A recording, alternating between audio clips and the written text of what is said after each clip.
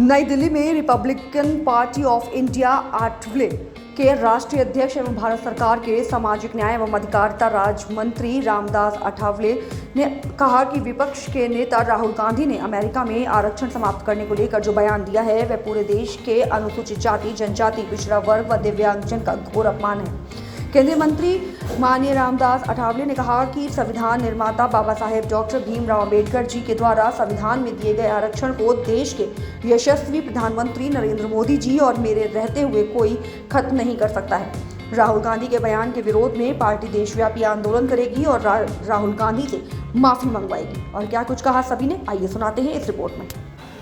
एक बहुत ही बुरी बात हमें सुनने के लिए मिली है कि देश के कांग्रेस पार्टी के अपोजिशन लीडर लोकसभा के माननीय राहुल गांधी जी, जो हमारे बहुत अच्छे मित्र भी रहे हैं, कई साल तक मैं उनके साथ भी रहा हूं, लेकिन मुझे ये मालूम नहीं था कि राहुल गांधी अमेरिका में जाकर आरक्षण का विरोध करने वाले हैं। तब अगर मुझे मालूम होता था तो मैं कांग्रेस साथ कभी नहीं जाता था।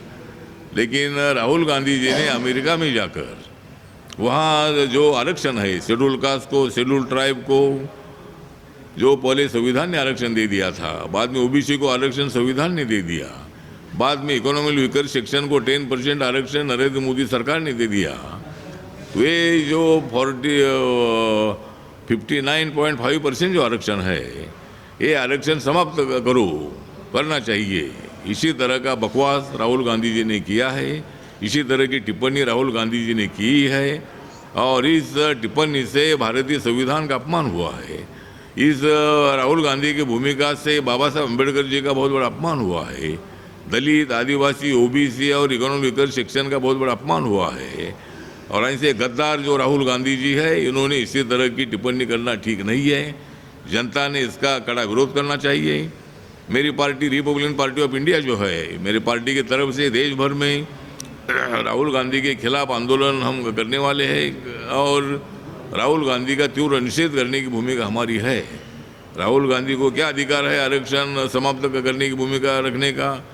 क्यों राहुल गांधी इसी तरह बात कर रहे हैं? एक बार पंडित जवाहरलाल नेहरू जी ने भी नॉर्थ ईस्ट के मुख्यमंत्रियों को चिट्ठी लिखी थी और उसमें आरक्षण समाप्त करने के बारे में उसमें कुछ उल्लेख उसमें था। तो कांग्रेस पार्टी की जो नीति है दलितों का वोट लेने की नीति है। लेकिन आरक्षण की विरोधी पार्टी कौन सी हुई?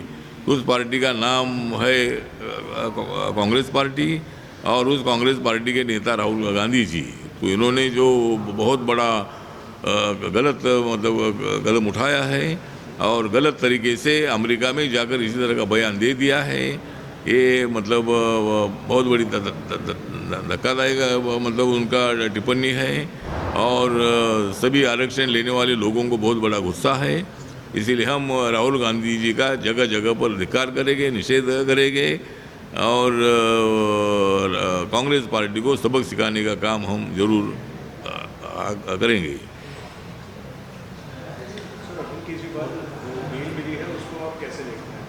जो अरविंद केजरीवाल जी को जमानत मिली, अच्छी बात है। कोर्ट ने जो भी डिसीजन दे दिया है, अभी अरविंद केजरीवाल जी बाहर आ गए हैं और बाहर आकर अभी वो अंदर ना जाए ऐसी हमारी अपेक्षा है। उन्होंने बाहर आकर अच्छा काम करना चाहिए। अभी हरियाणा में जो चुनाव है वहाँ वो 90 सीट लड़ रहे हैं, वहाँ उन्होंने अच्छा प्रचार करने की आवश्यकता है और कांग्रेस को सत्ता के बाहर करने का काम आम आदमी पार्टी ने करना चाहिए। लेकिन हरियाणा में ज़रूर वहाँ कंपटीशन ज़रूर है, लेकिन हमें पूरा विश्वास है कि हरियाणा में ज़रूर बीजेपी की सरकार आएगी और मेरी पार्टी ने निर्णय लिया है कि सभी सीटों पर कांग्रेस के विरोध में बीजेपी का समर्थन करने की भूमिका मेरी पार्टी ने ली है और 90 सीटों पर हम बीजेपी का समर्थन कर रहे हैं। विजय पूरा होना चाहिए। अब तो जिस तरह ये पोर्ट ब्लेयर ये नाम जो है अंग्रेज़ों का नाम है और ये पोर्ट ब्लेयर ये अंडमान निकोबार का मुख्य प्लेस है। वहाँ से सेलुलर जेल उधर है और अंग्रेज़ों के टाइम पर मतलब काले पानी की सज़ा देने का जो वक्त आता था, तब काले पानी शिक्षा वालों के कैदियों को वहाँ पे भेजते थे और उनके ऊपर बहुत बड़ा अत्याचार करते थे। तो अभी ये पोर्ट ब्लेयर का नाम अभी बदला है और श्री विजयपुरम जो नाम है, ये जिस तरह हमें विजय मिली है, हमको आज़ादी मिली है, अंग्रेज़ों को भगाने का काम हम लोगों ने किया है। महात्मा गांधी जी के नेतृत्व में ये लड़ाई बहुत तेज़ी से चली और उस लड़ाई को बाबा साहब अम्बेडकर जी का भी पूरा सपोर्ट था। बाबा साहब अम्बेडकर जी दलितों की मुक्ति की लड़ाई तो लड़ रहे थे, लेकिन देश को आज़ादी मिलनी ही चाहिए, इसी तरह की भूमिका बाबा साहब अम्बेडकर जी की भी थी। महात्मा गांधी और बाबा साहब में कुछ सामाजिक मुद्दों पर कोई मतभेद थे, लेकिन आज़ादी के आंदोलन के लिए दोनों में एकमत था। और इसी तरह मतलब अभी जो पोर्ट ब्लेयर का नाम जो बदला है, ये बात अच्छी है। माननीय अमित शाह जी ने ये अनाउंसमेंट की है, ये बहुत अच्छी बात है, इसका हम पूरा समर्थन करते हैं। सर मराठीत पण याच्याबद्दल सांगा, पोर्ट ब्लेअरला विजयपुरम असं नाव दिलं. हां, तर पोर्ट ब्लेअरला श्री विजयपुरम अशा पद्धतीचं नाव देण्याचा निर्णय भारत सरकारने घेतलेला आहे.